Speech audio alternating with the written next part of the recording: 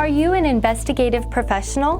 Did you know you can now find the best private investigator resources using investigatorstoolbox.com? It is a resource community built exclusively for licensed investigators and investigative professionals. This is the future of investigative learning, networking, and resource management. You can interact with some of the best investigative minds in the business in our community section. Our private investigator resources also have a robust learning section packed full of free training webinars, audio teachings, and helpful articles. Many teachings offer CLE credit. Our data resources section features over 225 free OSINT resources. This site is also designed to create a private personal resource library for your use when you do research. We have partnered with some of the best investigators and businesses in this industry to provide benefits and discounts to our members. We have over $1,250 worth of discounts and benefits available exclusively to members of the community. For less than 49 cents a day, you can access this amazing resource tool. Download the Investigator's Toolbox app available on Android and iOS, or visit our webpage at investigators-toolbox.com. The best private investigator resources and this amazing community are only a few clicks away. I want to talk to everybody today about Skopenow.com. Skopenow has been a big-time sponsor of this program for quite some time, and I just love their service. I've been using them since the beginning. I'm one of their beta customers, and it's been so awesome to see them grow into the business that they are today, and just how they just keep reinventing themselves and pushing themselves to get more and more information. What it comes down to is Skopenow is a tool that you definitely need to use if you do social media investigations, any internet research, and really spending less time digging around and looking for information, I think is one of the best points of how Skopenow can help you. Their AI platform, their analytics are amazing. You really get an idea of what you need. You're reducing the time, you're reducing the manpower that you're spending on doing this research, because they're essentially doing it for you, and they're doing it correctly, which is most important. One of the new things that they're actually offering is this flagging system where you can flag behaviors and really highlight and look out for fraud. If you're doing a lot of fraud research, this is a fantastic tool, and you can set up alerts.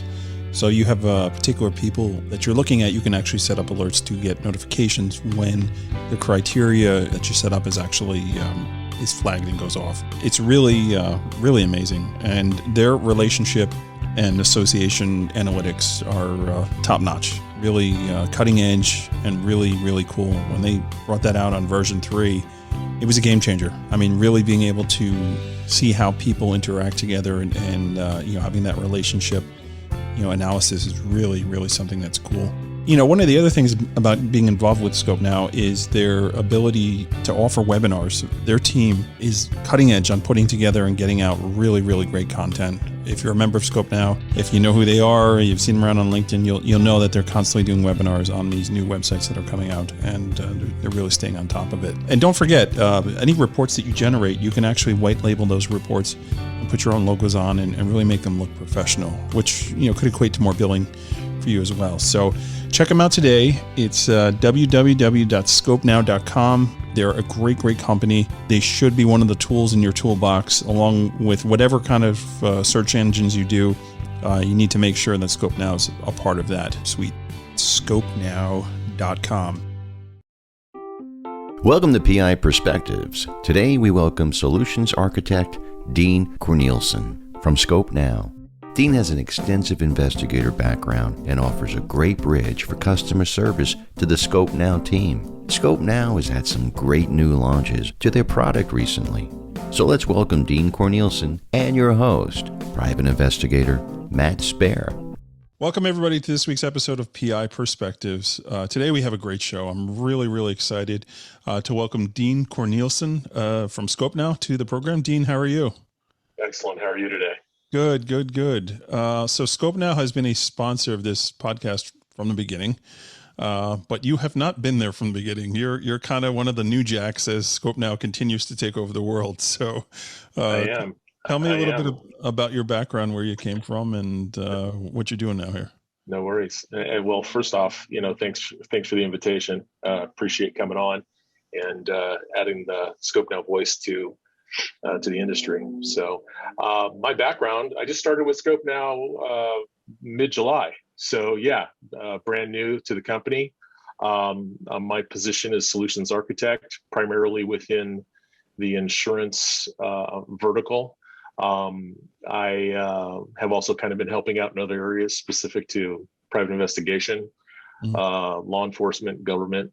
But my primary background is insurance, whether that be claims, SIU, special investigations unit work, or SIU analytics. So that's kind of my background. I came over from Allstate after they purchased Esurance. I was at Esurance for about 17 years. Okay. Helped kind of start up that SIU. What is the second investigator at the company?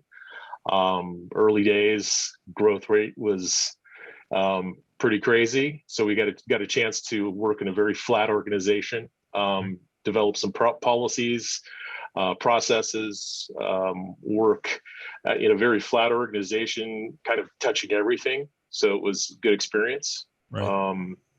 Prior to that, I was working SIU field investigations, primarily for Progressive Insurance out of Northern California, doing a lot of vehicle thefts, vehicle fires, vehicle subrogation, special lines work with them for a few years. And during that interim, and we can talk a little bit about that, I kind of chased the law enforcement dream with the California Highway Patrol. We've talked about that before. Poncherelli. Yes. It wasn't a good fit for me. Unfortunately, I think I probably went into law enforcement a little too old, but it was a great experience. I worked the Bay Area of California for a brief period of time and came back into SIU work. So that was a good experience. Law enforcement's a great background to have. I know a lot of PIs.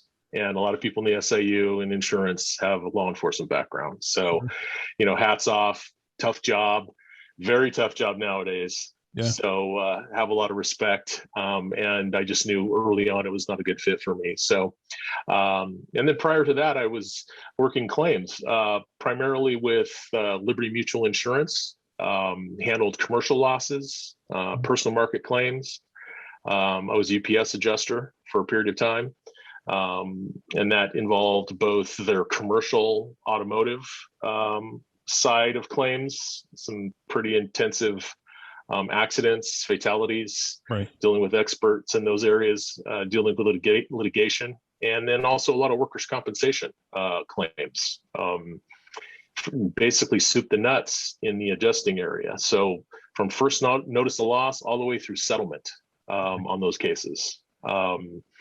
Good experience. Got a chance to travel around with Liberty Mutual in the West. I worked in the field from basically Central California, Nevada, in the Reno area, and spent a couple of years up in Seattle with Liberty Mutual, working investigations, claims adjusting.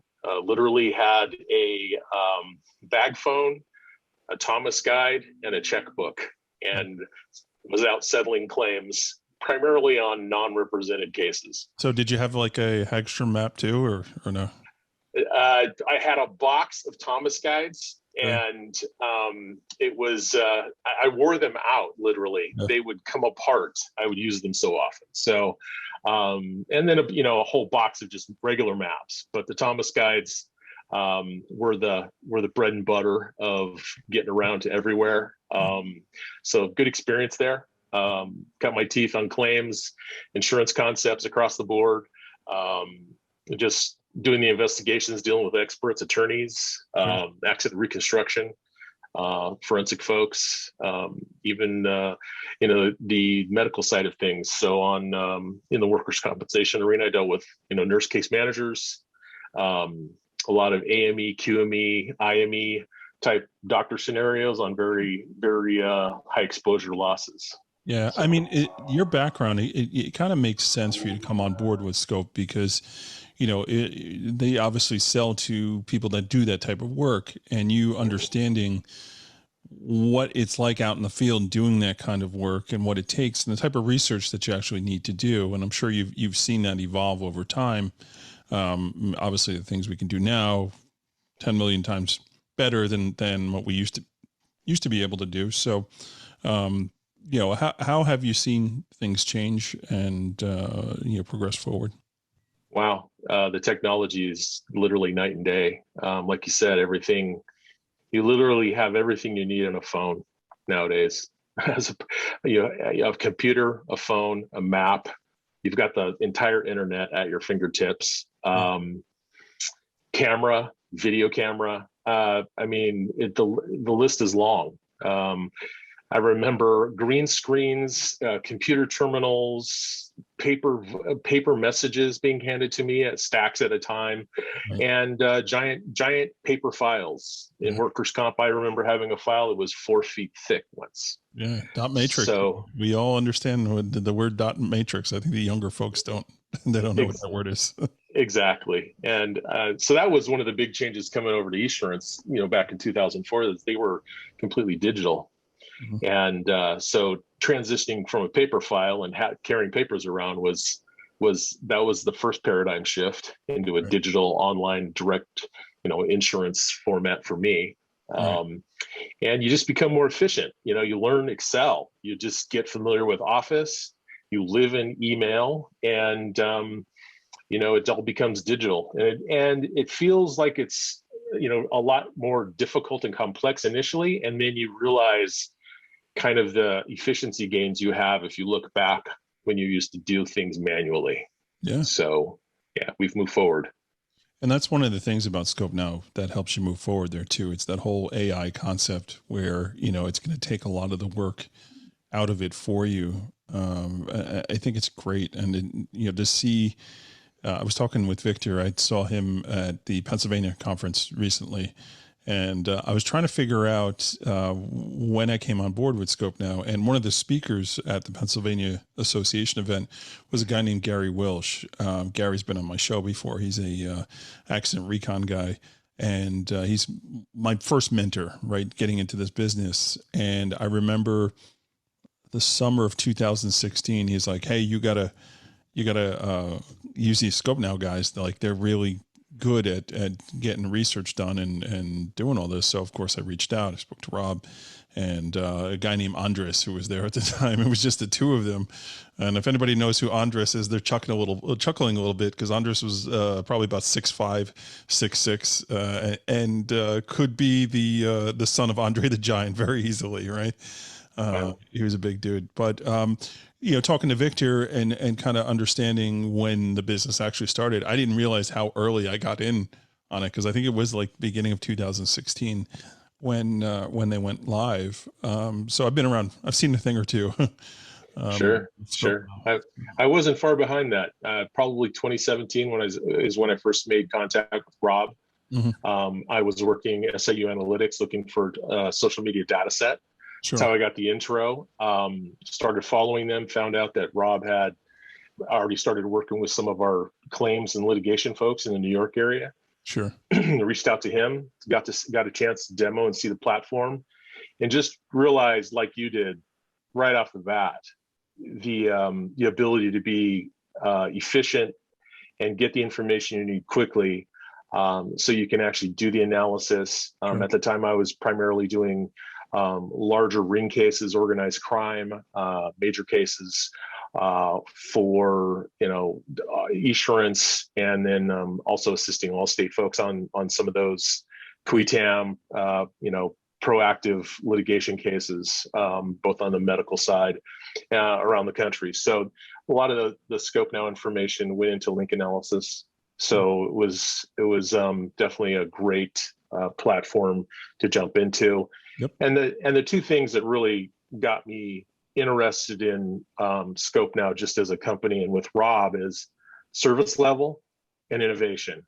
The platform itself is very efficient, but if you just pay attention and use the product, you'll see that it's a constant evolving thing with a look to the future on improving the platform, innovation, and the feedback loops between customers and Skopenow is pretty impressive. They're always asking, and that's my role. It's one of my roles here as a solutions architect, is basically soliciting feedback, good, bad, and ugly, from users, from customers, or from people from, when they get a chance to take a look at the platform or just have questions, people out in multiple industries. Everybody's got a different perspective, and it's always good to take that and run with it.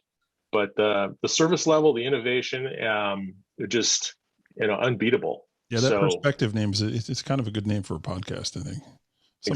Somebody should do that.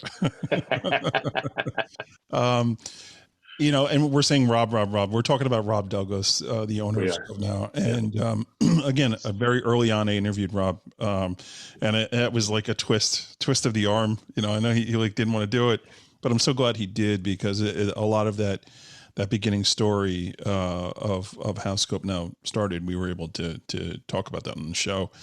So if you're interested in going back and looking at old archives, definitely go check that show out. I think it's like show 4 or 5 or something. Very early on. Definitely listen to it. It's a great interview. Yeah, it's early days. It's good stuff right there. That's such a hack back then. Now I'm a complete hack. I was only half a hack back then. But it's cool. And talking about your duties and your goals there of having that interaction with the users and trying to pick their brains or have those discussions on how the product can be better. Like, that was Rob and I, right? So I'm in New York City, so was Rob, and it's like, oh, you want to have lunch today? Okay, let's go have lunch. So every now and then we'd get together and have lunch, and he would literally say, like, how can my product be better? What are some of the challenges that you're coming across? And to me, very early on, I was like, okay, this is a guy that loves this product and he really cares about making it better and is willing to invest in making it better. And that's the big one, right? So what is your budget for R&D, right? That if you're not spending money on this, and I've preached about this many times, doing business with a company, especially a data company, if they are not investing in R&D, if they're taking their profits and putting it back into the business, you want to continue to do business with that company. If they're taking all their profits and they're putting in their pocket and they're talking essentially to their shareholders and saying, look how profitable we are, if there's not a good balance in that, and I understand that some of the companies have to do that, but if it's all about bottom line and not about the future, sure. And I think just right. And I think the business model and the segment, open source, social media, if you're not staying cutting edge, you're going to get passed by, because technology changes so quickly in this space. It's 100%. Day to day, hour to hour, things change. 100%. So you just got to stay on top of it. I mean, you literally every day you should be looking at what's new. As an investigator, and I don't care whether you're a private investigator or you're an insurance investigator, you're gonna hone your skills and get better if you pay attention to the OSINT space, open source, social media, because that's where the world's going. Most people have a social media account. It's just becoming more and more online, especially during COVID. So it's just a huge knowledge base you need to stay up with at all times. So. Yep. Big stuff. And one of the reasons, that really attracted me to the company and working with Rob was that same mentality. I remember 3 years ago, I said 2 things to him when he asked me the same questions he asked you, we need an association search, because I was dealing with a lot of organized crime and, insureds and claimants who I needed to connect the dots on. Yep. And I needed to see that in social media. And it's one of those unknown scenarios where, what's going on in the dark web. We need to know that information. That's kind of like it's kind of the unknown territory out there. And if we can gather any insight from that area, that's a huge win. And it's been incredible to see him bring those 2 solutions to the platform. Yeah, that was a big jump off for 3.0. And being able to have that correlation between parties and stuff was really, really neat. So you're talking about dark web stuff, and I want to jump into that because you wrote an awesome article about that. But we're going to take a break, and when we come back from the break, I want to jump into that and jump into some of the other new things that are coming out on Skopenow. And we'll just talk it up a bit. So everybody sit tight, and we'll be right back. Are you overwhelmed with your current caseload? Could you use some help with your skip trace assignments? With Merlin Locate Services, rather than adding staff, you can add an entire skip trace department of licensed private investigators who specialize in skip tracing. Check out merlinlocate.com today. When you work with Merlin Locate Services, you bring on a valuable experience and trusted extension to your team. Crosstracks case management system. That is what we are talking about today. Are you using a case management system? What are you waiting for? If you don't use a case management system, you really need to look into implementing that into your business regimen. I've been at it with Crosstracks now a little over a year, and it's just been a game changer for my business. They are SOC 2 certified, SOC 2 Type 2 certified. If you don't know what that means, it means that they're encryption system is second to none, and you have to go through a whole screening process to figure out if you can even qualify for that, and they have. So with certainty your data is being protected. I don't think there's another case management system out there that offers that same ability to have the SOC 2 Type 2 certification. As you guys know, I've been singing the praises of Crosstracks, and I really believe in this product, and I believe you should check it out. Contact Brad, contact Pat, one of the team members over there, and see if it's right for you. Crosstracks case management system, check it out today. The next issue for PI Magazine is on its way, so make sure you check out all the great content available in this special edition, online or via hard copy. And welcome back to PI Perspective. This is Matt Spaier, your host. Today we are joined by Skopenow's Dean Cornelison. Dean, welcome back to the program. Thanks, Matt. Yeah, I get so nervous of pronouncing your name. It's pretty easy, but for some reason I keep stumbling over it. So no worries. I take all comers. I don't judge harshly. Yeah, that's one of those things I don't get bent out of shape about, a mispronunciation on my last name. But I get it all the time too, man. Like, it's there's always bigger fish to fry out there, my friend. Exactly. So. That's all good stuff. So we started talking about dark data and that world, and that is a world that Skopenow actually has traveled into, and able to do that type of research now too. And you wrote an article recently about it. So why don't you tell me a little bit about what you wrote about, and let's dive right into it. Sure. I got an opportunity to kind of do some research on data. Been involved with it since SIU days and SIU analytics, that's bread and butter for SIU analytics, and how you think about data, just mindset, and just maybe what you're missing are pretty huge areas to think about. And like I stated in the article, data is the new oil, and it's just one of those things where you need to get real comfortable and familiar with it, and then you need to think about when you go through your processes, your investigations, or your claims, you need to think about what's out there. Source your information and knowledge about the source of information, the quality, the quantity, alternate sources of information, just your informational kind of landscape around data will really help you locate more data and higher quality data. So some of the information that I kind of talked about in that article was kind of some of the types of data data errors, data problems that people run into, just not considering things. One of the things I always kind of found interesting was Rumsfeld's quote about unknown unknowns and that whole dialogue. And that's spot on with data.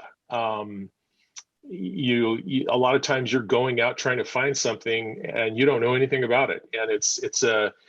You got the shovel out and you got to use your network, and you're trying to find your subject matter experts, and this is just one of those things where some creativity comes to play, but also I think having a process, some techniques on going out to find information is huge. If you're in the investigation mode, you've got your information brokers. You talk to people like Cynthia Hetherington, library science. You talk to different folks like Dr. Skiba, who have just a depth of fraud. So you want to rely on your networks, but you want to also know how to go out and find the research that's going to get you the information you need.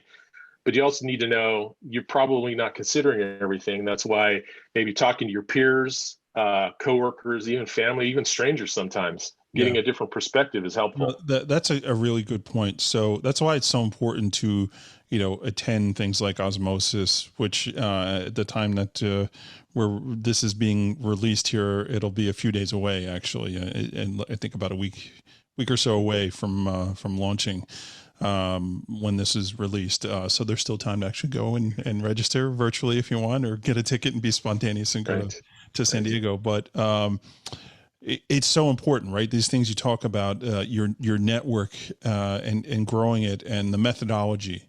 And one of the things that I've been talking about a lot too recently, because I'm noticing it, is that there's a push in these conferences, not so much to show the latest technology. Yeah, you're going to get all that and all that, but the real push is the methodology of how to do your research, and making sure that, okay, tools may change, but the way you go about and hit your points, that can't change, right? And when is enough, that can't change, right? You gotta be able to say definitively, I did my research and this is what I found, right? Exactly. One of the driving influences behind my interest in OSINT before I even knew about Skopenow was attending the first Osmosis conference in Las Vegas, and seeing, Michael Bazell present, buy his book, go through his book, buy all of his books since, and one of the most, like you just talked about, have a process.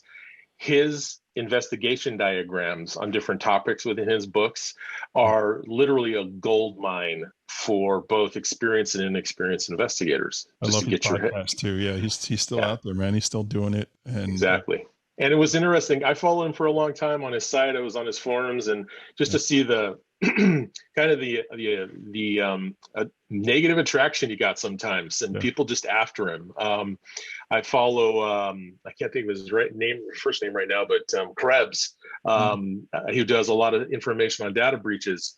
He's in the same boat. So as far as, hackers going after him, trying to bring his site down, they're not happy with his investigations. And, that was one of the things I was always told by my managers in the special investigations was, if you're not getting complaints, if you're not making people unhappy sometimes, you're probably not doing your job correctly. And that's kind of, to me, that's kind of the true test of whether you're having an impact. Sometimes is a negative response, sometimes is a good response. Yeah, definitely. It's out there. I think Bazell is one guy I would love to interview. I don't think I'll ever get him, because he just doesn't really do other podcast shows. He'll have people on every now and then, but that's like, if somebody always asks me, like, who's your big get? Like, who haven't you talked to yet that you want to talk to? Like, I would love to pick that guy's brain. It's just, he's just such a mountain of knowledge. It's impressive. Yeah. He's very adverse to the information leak, and that he's probably very, very knowledgeable about leaking his own information. So I'm sure he's got some sort of algorithm that we said his name like 5 times here that's going to come up, and he'll get the podcast. He's very instructional on opting out of things, and once you do a podcast, you can't opt out anymore. You're out there. So I got you locked in, buddy. Right? I know. It's just one of those things. I apologize. So. It's funny you say that, because I remember having a conversation with an engineer, like an actual, accident reconstruction engineer. We've talked to vehicle guys, but I wanted to do something with guys that do premises cases, right? So this engineer was a great guy, and I was going to have him come on and talk about stuff, but he balked at the last minute. And I was like, what's up? He goes, well, I talked to my in-house counsel, and they're under the opinion that, if I'm talking about procedures on how to do certain things and all that, and we're covering that stuff, like, it could be damaging for me later on if I have to testify. I was like, I can't argue with that reason. Like, that makes sense. Okay. Right. I'm not into doing like a cream puff episode. I'm going to, if I have an engineer on, I'm going to want to talk about all that stuff, right? Not what you Sure. had for lunch or any of that stuff. Who cares? Sure.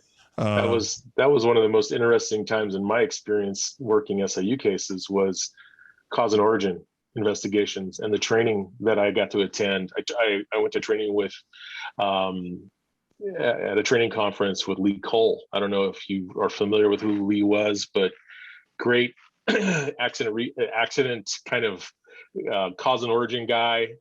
He passed on probably from exposure to doing all that work over decades. Has great materials. Was kind of amazing to see, and used him as an expert on a lot of fires, both on subrogation and just looking at the cause and origin of things. So that's very interesting work. It's very hard. There's a lot of methodology to it. Yep. So it's interesting. You have to know what you're doing. Definitely. Yeah. And that's the thing. Like, there are not a lot of people out there that do that. Especially on the engineering side. You'll get a lot of accident recon guys, folks that are in the highway department. They retire. They want to go into business, and they're obviously trained to do this stuff. Now let me put a shingle out. But when it comes to like a mechanical engineering and that kind of stuff, it's a small world, right? And when you're in the personal injury side, you see these guys over and over again. I mean, I go to Discovery Inspections. It's like, hey, Stanley, how you doing? Good to see you. Right. It's like they build their niche. That's for sure. Definitely do. I've probably got a list of people across fire, automotive, and locksmith on one hand who I would use. Yeah. So. All right, let's get back to scope now. No worries. Well, talk to me a little bit about how the average investigator can really take advantage of dark web. That how, like, maybe there are ways they could do that they're not thinking about it on their day-to-day investigative work. Why would they need to do that? Well, as it stands, the functionality on the site is pulling primarily breach data out of the dark web. So you're not exposed to the dark web when we're pulling that information, because you're using the Skopenow platform. You're going to give us some basic information on the site specific to, maybe name, address, the person of interest, or the business of interest you're looking at. And then we're going to go into the dark web and pull information back, primarily around IP addresses, and maybe crypto wallets, and email domains, and just information that is found in breach information. Primarily, the Skopenow site uses that information for identity resolution. Okay. So it's giving you another layer to confirm who you're looking at, and the breaches that are out there there's billions of records out there that go back years in all the breaches. Literally the OPM hack and the Yahoo hack are some of the largest hacks that have ever occurred. So you've got all these records out there, all these old records with email addresses, phone numbers, IP information. You're able to confirm information where somebody actually had an account on an old site, and that's going to help you connect the dots on an identity, or maybe other account information, or even other parties that you can connect to the person through that set of information. Yeah. And I've actually seen another use case for that information recently. We get a lot of customers or users who are trying to kind of separate out identity theft victims. Well, if you've got somebody you're running and you see them in a data breach, it's kind of a prima facie scenario that they probably are telling you correct information about the fact that they're an identity theft victim, if their information's out there on the dark web. Yeah, that's a good point. Yeah. So it's a really helpful set of functionalities that are on the site. Mm-hmm. That I think that it's got its own section in the report. So you're able to go in there and look at that information and do some additional follow-up and do kind of an iterative search on the site itself when you find, let's say, a new email address, maybe a new address for the individual, or a specific account. There might be even an IP address in there that you can backtrack, and that's just going to show, what they were potentially affiliated to. Those could all be leads into a new area of investigation. That's an excellent point, right? So it's like it's giving you threads essentially to pull on, right? So things you might not have come across that maybe one of the other scrapers missed, right? One of the other tools that's implemented may not have found or correlated together that, okay, this should be here, or not. That's a really, really great point. So we're going to jump out and take another quick break. And when we come back in, I want to start talking about upgrades and improvements and things like that of the Skopenow product. So everybody sit tight and we'll be right back. Need the best insurance coverage out there? Check out SIIS Insurance. Make your insurance purchasing process a breeze by dealing with the leading PI industry experts. All filings for your state PI license are handled directly by their staff. Certificates of coverage to your clients are fulfilled the same day as requested. If you work armed, no worries, as they always include firearms liability in their coverage. Coverage can be expanded to cover executive protection, consulting liability, guard operations, and for cyber liability inexpensively. Best of all, be sure to indicate on the application that you're a regular PI Perspective listener or Investigator Toolbox subscriber, as amazing discounts apply. So make sure you take advantage today. Visit Security Investigators Insurance Solution, SIISinsurance.com. In 2019, Investigation Education Consultants added a new affiliate in its never-ending quest to provide quality professional investigative training. IEC is now offering certificate courses and investigative training online. Our website, IECOIT.com, will soon offer a certificate in professional investigation for those interested in entering the investigative field. There'll be standalone investigation classes for those seeking continuing education credits, CEUs, or just interested in taking classes for their own personal or professional interests. The classes currently available are Foundations of Investigation, Legal Investigation, Criminal Investigation, Fraud Investigation, Background Investigation, Interviews and Statements, Skip Tracing Locates, Ethics, and Report Writing. Investigator Toolbox members will receive a 20% discount off the listed price. So visit IECOIT.com.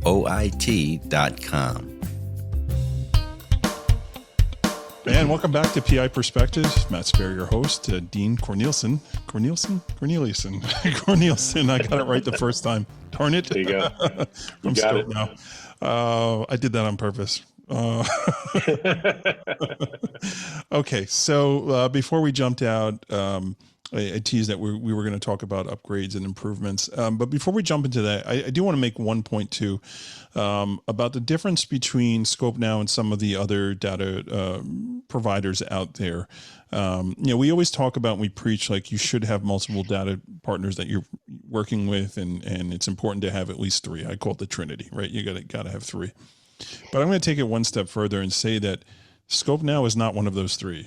I think Skopenow is in its own category because of the direction that the business has grown, that it's actually a completely separate tool. Like I would make that argument that it's a completely separate tool, and it's something that every investigator should have because of the ability to scrape and look in places that some of these other companies aren't looking, right? So. No. Or it's a byproduct. Yeah. I mean, those other companies, and generally people know the top three or top five or six. And I agree with you. The social media is its own kind of expertise area, really. And do those other information brokers go into social media or open source? A little bit. I mean, but I would say Skopenow is part and parcel a complete solution, depending on what your needs are. So yeah, and if you're getting hired or paid to do that kind of research, like you have a responsibility to use all the tools available to you. Right. The fiduciary responsibility. Exactly. A lot of times there's personal injury case or insurance claim case. Like there's fiduciary reasons behind that that you need to actually make exhaustive research. Yes, of the topic, and that's why one of the functions, and maybe not a lot of people are familiar with this, but we also show you what we don't put in the report. That gives you the option to curate that information under hidden items in that section of the report, where you get to go in there and look. Now, we give you a confidence score, but we're providing that information to you. So, and that means that it just didn't score high enough to be in the initial front page, but we're giving you all of that information, whether you want to include it in the report or not. And my argument would be, if you've got a compliance, due diligence, a fiduciary scenario where you're having to describe to legal, Department of Insurance, Attorney General's office, or a jury how thorough your search was, I think that's probably a pretty big area for concern for most people. Yeah. Yeah, it's definitely a good point. And one of the other things too, the content that you're pulling down off there, it's you don't have to go and save it somewhere else, right? There's always that question of, okay, how can I show that I can use this in trial, right? Are we following all the procedures that we're supposed to follow, so I can admit this into evidence? And one of the things I always loved about Skopenow is that it does that for you. Like, you don't have to go somewhere else now to right. Do it, right? Metadata is hashed. You can turn it on. You can turn it off. We've got customers who, you've got the SIU folks who are, they pull the full report with, all the metadata, but that's not the information they're giving maybe to a claims person. They're going to turn off the metadata. They may have archived both reports, but they've got the options to do that. Yeah, no, it's definitely, there's a lot of cool tools and things that you can do. So let's talk about upgrades and improvements. What do you guys have cooking here on the latest version? Well, literally just this week, we rolled out, the username information, which when we would find a social media account, that information was kind of, on some of the areas where you had to go in there and curate it. We've kind of moved that to the front page, so you could see, what are the usernames off of the specific social media sites. So I think that's going to make people a lot more efficient in using the site and see things quickly. The other thing, which in my opinion is a huge win for Skopenow and anyone who uses it, is vehicle ownership records. Because it gives you the ability to search VINs. When you search an individual and their address, it's going to pull back the VINs at an address. So it works two different directions. It works off of VINs and it works off of addresses. Yeah. So you're able to round out a profile at an address of the vehicles that are at that address as of your search. Yeah. So let's stop right there for a sec, because I want to say why that's super important, right? So you've get a car accident case where there's a low policy, right? So in New York, the minimum is $25,000, $50,000 for liability, and the insurance company's already tendered that. They're like, okay, injuries are heavy. Here you go. Here's the policy. We don't have any other areas that you can tap into. There's no household insurance. They tell you that, right? Well, why do they tell you that? Because they mail an affidavit to the owner. They don't tell them what they're signing. They just say, sign it and send it back, right?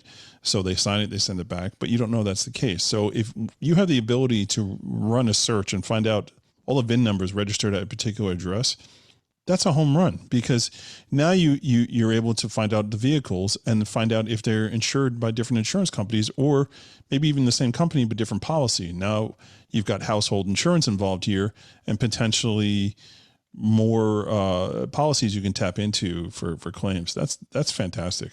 Yeah, your ability to, if you have the access to run VINs and there's insurance on other vehicles in the household, and there's other policies out there, that gives you a lot of other things to think about in relation to the type of claim you may be looking at. Yeah, and I'm sorry. The way the other way we used to do it, right, is you search for all the names at the address, then you got to search DMV for all the see if there's any registration owners and stuff like it. There's ways to do it, and I would do that way too. But here's another new way to do it. It's just an additional search, right? And I would say the other thing that's really helpful is, even if you're running DMV on a specific VIN, a lot of people aren't, they don't, have that ability to run just an address and pull back VINs at a DMV. Yeah. DMV is very specific to plate, VIN, person, right? You Yeah. got driver's Well, license, you got vehicle registration. And you got to check off why you need it. And then Right. they're going to audit you and say, show me why you need it, or you're fined, or we're Right. taking it away. And this information isn't coming from DMVs. Yeah. So it's about 2/3 of the vehicles in the country.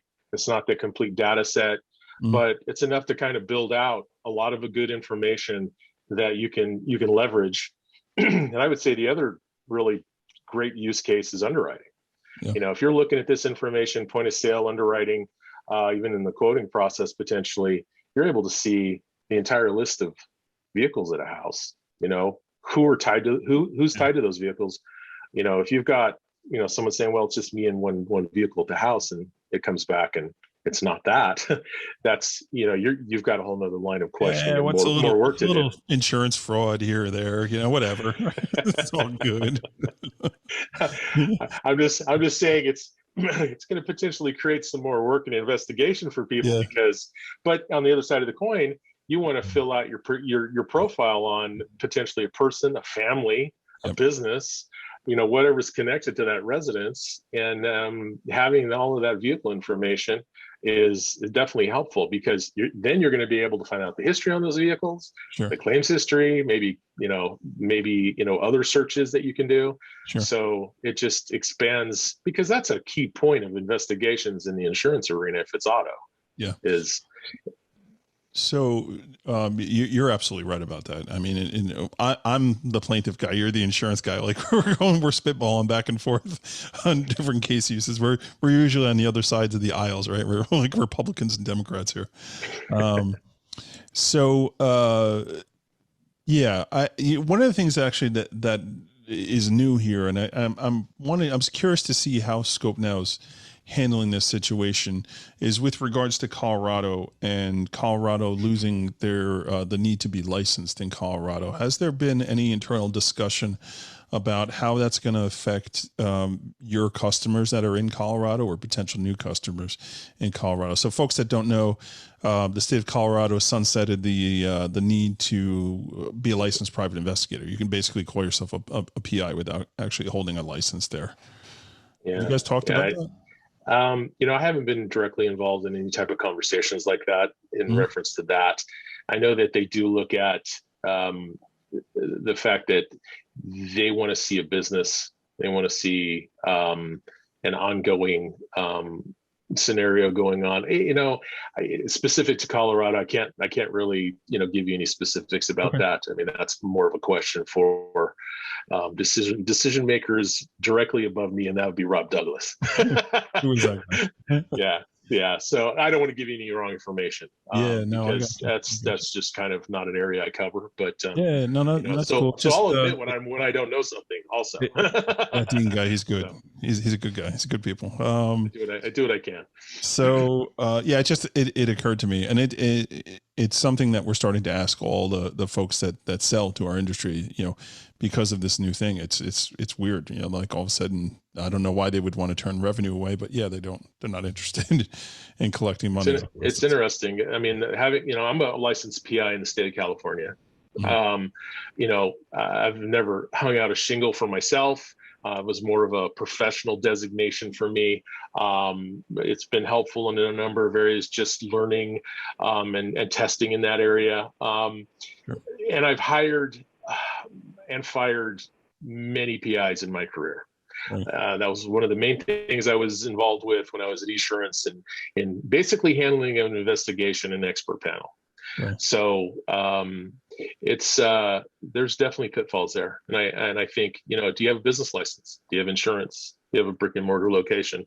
You know, those are all good questions, but you know, it just comes down to kind of the individual decision making and exposure to the company. So what's interesting is that the talk in Colorado amongst their state association is they're recommending that other investigators that do work in other states are making sure they're licensed in those other states, even though Colorado doesn't require. At least they're carrying a license somewhere, which I think makes sense. I think that would definitely get them past the hump of any questions. And maybe they're independent adjusters. Maybe they've got, you know, an affiliation to a law firm. Maybe there's some other scenarios there where they're affiliated with another business. But Yeah, and that's I'll have to defer to Rob on that one because that's a little bit more of a technical no, I question. get it, and I can also appreciate that the structure of the company and the ability to make those decisions are a lot easier than dealing with a big conglomerate of credit union people that with the legal department and whatnot. Larger legal entities are both easier and harder to deal with for lots of reasons, but definitely a wild card. I remember when Colorado both didn't have licensing and then did, and now they don't have it again. It was one of those weird places. 5 years worth of let's try it out, and then decided it wasn't worth it. Right, but that's a whole nother show for another day. Sure. So we're going to wind down here, Dean. This was awesome. I really enjoyed chatting with you and learning more about the new upgrades and all that. And we're going to link your article in the show notes, so folks can go check it out.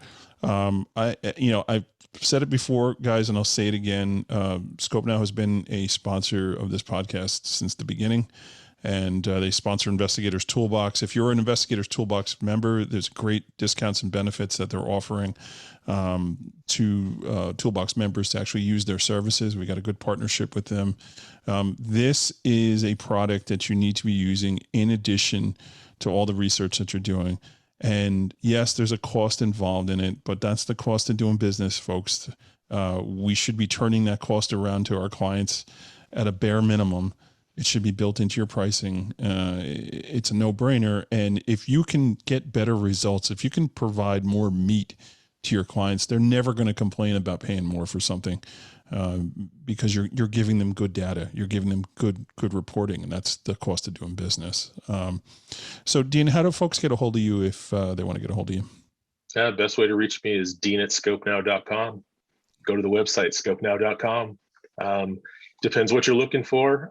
Happy to answer any questions, but that's the easiest and best way to get in touch with me. Thanks for not putting your last name in your email, because I would butcher it. No worries.